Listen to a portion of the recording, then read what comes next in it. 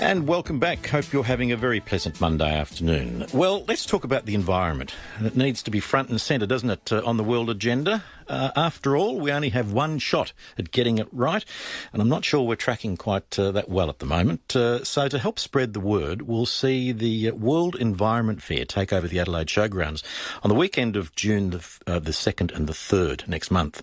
Now, it's not just for kids either. A lot of fairs we think is just designed for kids. This one is a message that's for all of us. It's a pretty simple message. It's not too late to act. We have a number of guests in the studio to talk about the event. Michael Garrod from the Department of Environment and Water. G'day, Michael. How you going, Alan? Thanks for coming in. Tamara Gordon from Animals Anonymous is with us. Hello. Hello, and you've got a couple of little visitors with you. I do. Look at what you... I wish, listeners, you could see what she's got in her arms now. A beautiful little bettong. What's its name? His name is Yoda. Yoda is a boy. Yeah, he's a boy. And I won't mention also beside Tamara, she's got a plastic container containing a snake.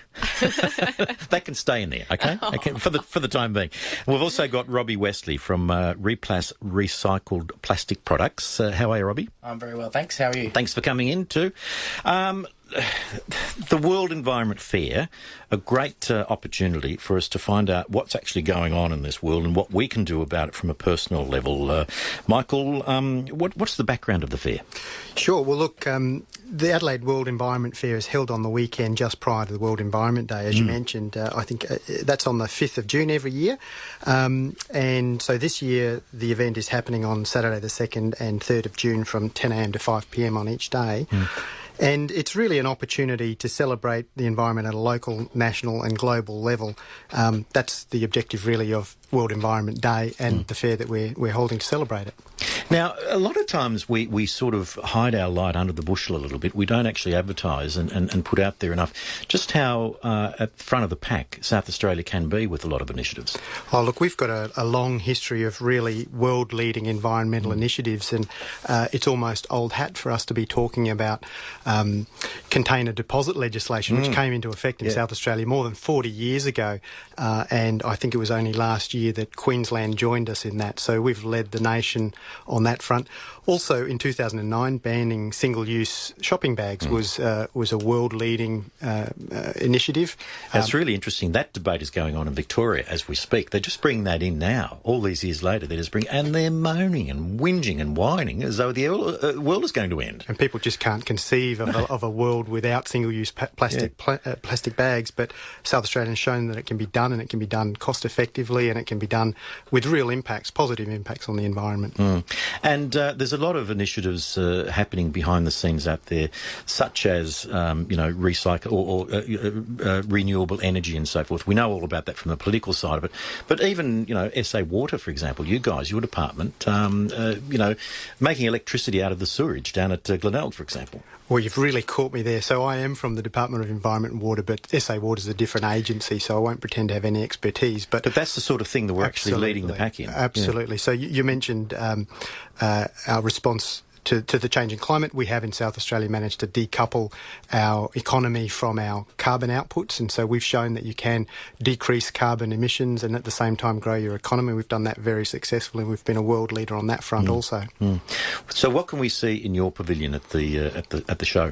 Okay, well, for those people who know the Adelaide Showground, it includes the Goyder and Jubilee pavilions, and the World Environment Fair will take up both of those.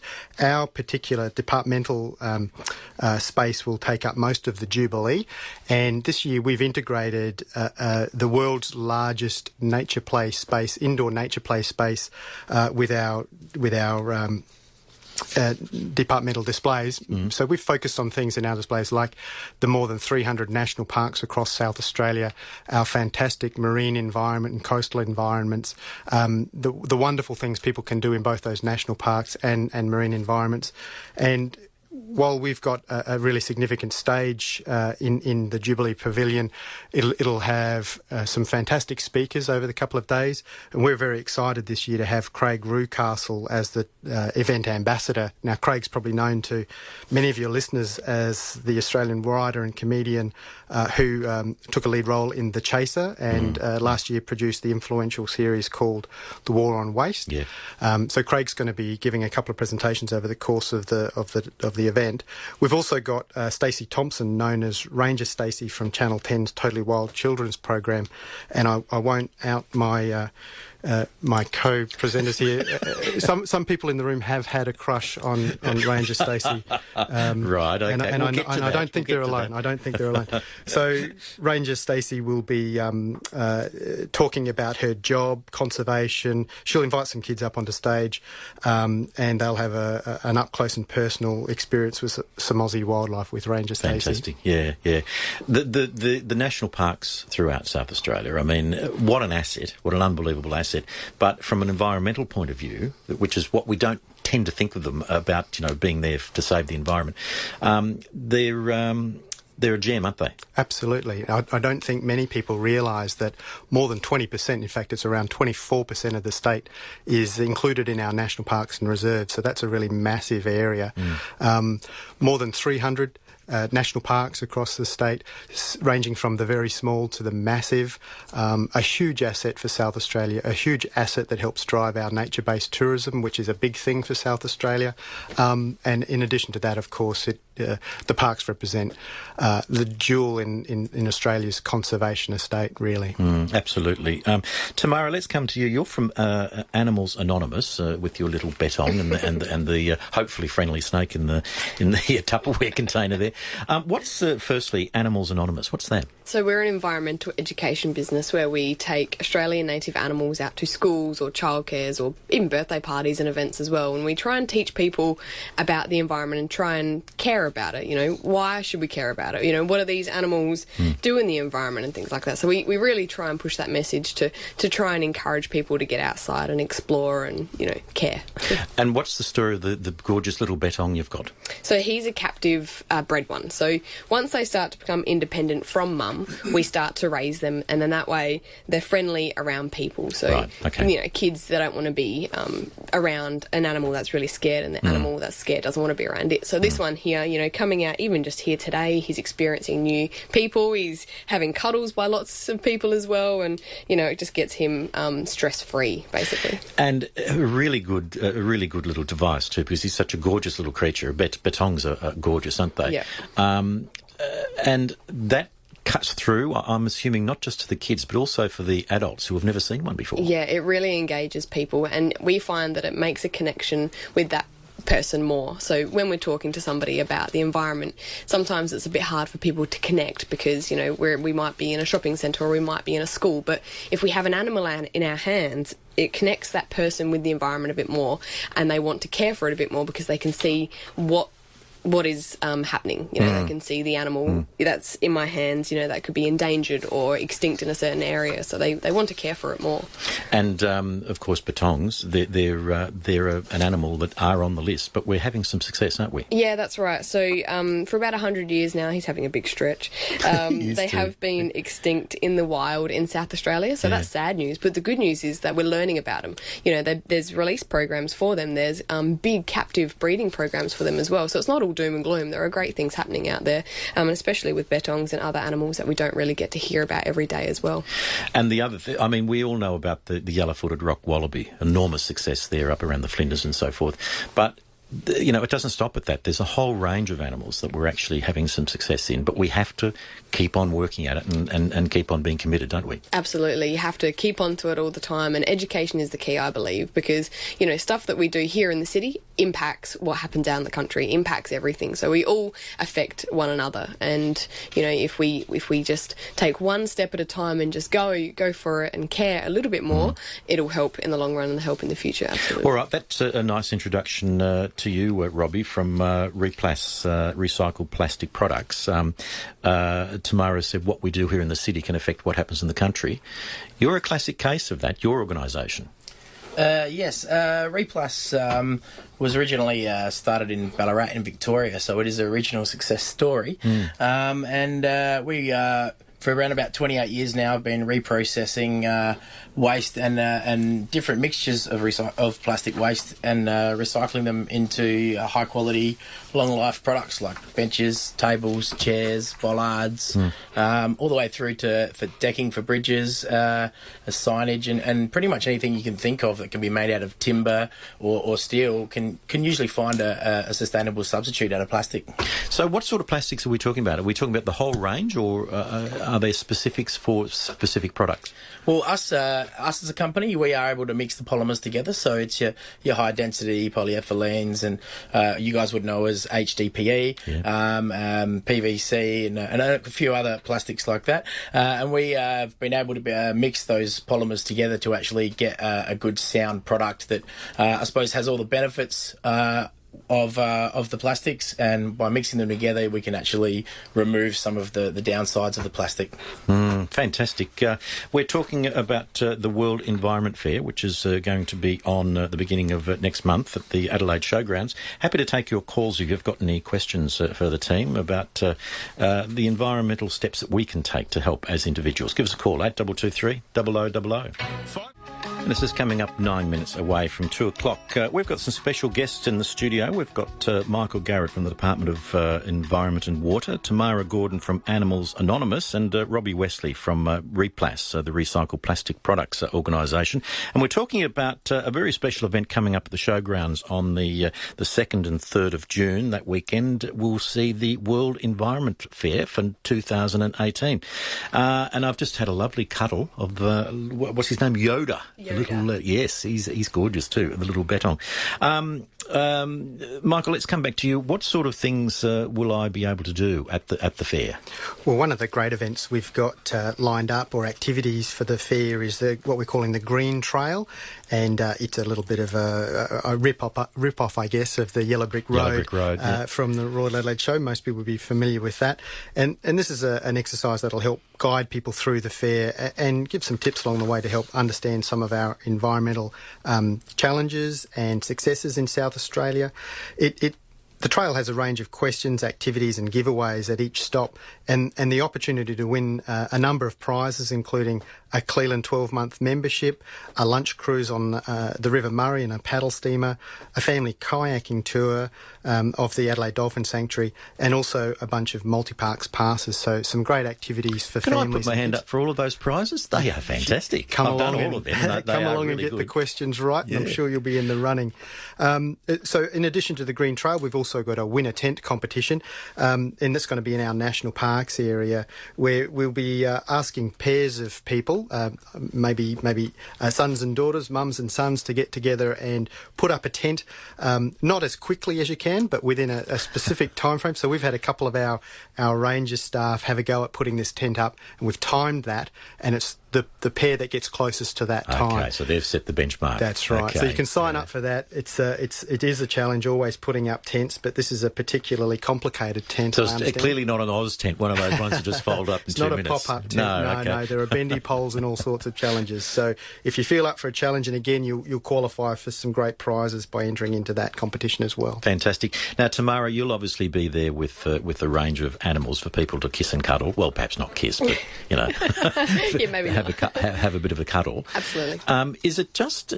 how important is it for the kids particularly to get their hands on these little creatures, and hopefully, in that process, it gets their brains running for what's coming up in the future? Yeah, exactly. So we really like to emphasise the hands-on aspect for the animals and for the kids, because it really engages the kids. It really gets the kids going. You see their eyes light up. You see their faces really engaged. The big smiles on their faces. Oh my God, can I hold a snake? Yeah, sure. And then while they're holding the snake, you tell them a bit about the snake, tell them a bit about their environment, tell them a bit about what they can do in their own habitat, or their own house, to create habitat for the animals that we find here locally in Adelaide. So we try and sneak the conservation message in while they're holding the animals. Yeah. How long have you been doing this? About 7 years. Yeah, okay. So in that time, have you noticed there's been an increase in the interest from the kids, or is it just they're there for the joy of having the cuddle and they're moving on? From day one to now 7, 8 years, business been going for about 11 years, I see kids every year, the same kids, and they remember the animals. My face lights up more than theirs when I hear them say the word betong. And I go, no way, how did you remember the word betong? Oh, I saw you last year at my birthday party, or, last year at my school. Wow, okay, cool. It's been a whole year and you've remembered that animal. That gets me going, because it means that I have then put something into their head, and hopefully they carry that with them for the rest of their lives, and they will then make a change. They will then do something. Fantastic. The message is getting through. Yeah, and it's that generation. I mean, it's not us anymore. Well, we are responsible, but it's that generation that's going to have to clean up the mess that we're creating. It is. Sorry to be a bit down on that, but that's absolutely true. Robbie, what will we see from you guys at your stand at the exhibition? We'll probably be bringing along a whole bunch of examples of the products that we can make from recycling. So some tables and some chairs, some benches, some signage, a whole lot of the different types of plastic that we actually do recycle. So I suppose you could call it our brew that goes into the mix. And on the educational side, we just want to teach people that just putting your waste into the recycling isn't actually recycling, because we've got a full circle and an actual cycle of the recycling to go through. So the demand for the product needs to increase for us to increase our capacity to actually recycle. At the moment, Australia's, not anymore, but Australia used to send somewhere around about 60% of their waste overseas to China to be reprocessed. Now, China have put a block up on that and decided to tell not only Australia but a lot of the Western world that we're no longer going to take any of your poor quality plastic because of health reasons and quite a few other things like that. So what we really need to do in Australia is to hopefully create some policy that increases demand for the use of recycled products. And then obviously we'd be able to increase our capacity. Now, one of the arguments the Chinese put up to stop all that importing that they were doing was, and as you said then, poor quality plastic. That was purely and simply because of the sorting process, wasn't it? It was being contaminated. Yeah, absolutely. Contaminated waste is a huge problem in Australia. There are quite a lot of initiatives out there through companies like KeySab and quite a few other people like that who are actually doing, on behalf of local government, educational door-stopping campaigns where they're trying to teach the local residents how to recycle properly, because sometimes simple things like not rinsing out your milk container can contaminate an entire waste stream. Right, okay, yeah. So would you like... would it be an advantage for your line of business if we had more bins, rather than just the yellow bin that you put your plastic in and people get it wrong? Would we be better off to educate people more and have more bins? Well, I think the good thing is that a lot of the students coming through the schools now and the people, the younger generation, have been brought up learning this in school, how to separate your waste and how to do it properly. So I think we have found quite a lot of the issues are with the older generation, because and it's usually just because of access to the information on actually how to recycle and how to make sure their recycling is done better. So I don't think it's more recycling that needs to be done. I think it's just more, as I said, more demand for products made from recycling, and not just ours, in every industry, in the road industry, in manufacturing, in building. There are so many other options that you can use besides a virgin product. Absolutely. So really, at the end of the day, probably, Michael, the ban from China could be a huge opening for organisations like what we're talking about. Certainly represents a strong opportunity for Australian businesses to step in and fill that void. And maybe just to pick up on what Robbie was saying there, the theme of World Environment Day this year is really defeating plastic waste, and they've put out a kind of theme for it, which is if you can't reuse, refuse. And I guess that's a call for all of us to reduce the amount of plastic or plastic materials that we buy as consumers. So trying to reduce the amount. But in inevitably there is some plastic waste in our lives, and it's really important that we recycle it appropriately where we can. And one of my understanding is one of the principal problems we had with contamination is the existence of soft plastics being mixed or commingled with other plastics, and that contamination issue is one that we can all help solve by just being aware of what soft plastic is. And basically it's just any of the plastic products that you can scrunch up in your hand, so things like a shopping bag or a chip packet or a Mars bar wrapper. All of that soft plastics shouldn't go into our yellow recycling bin.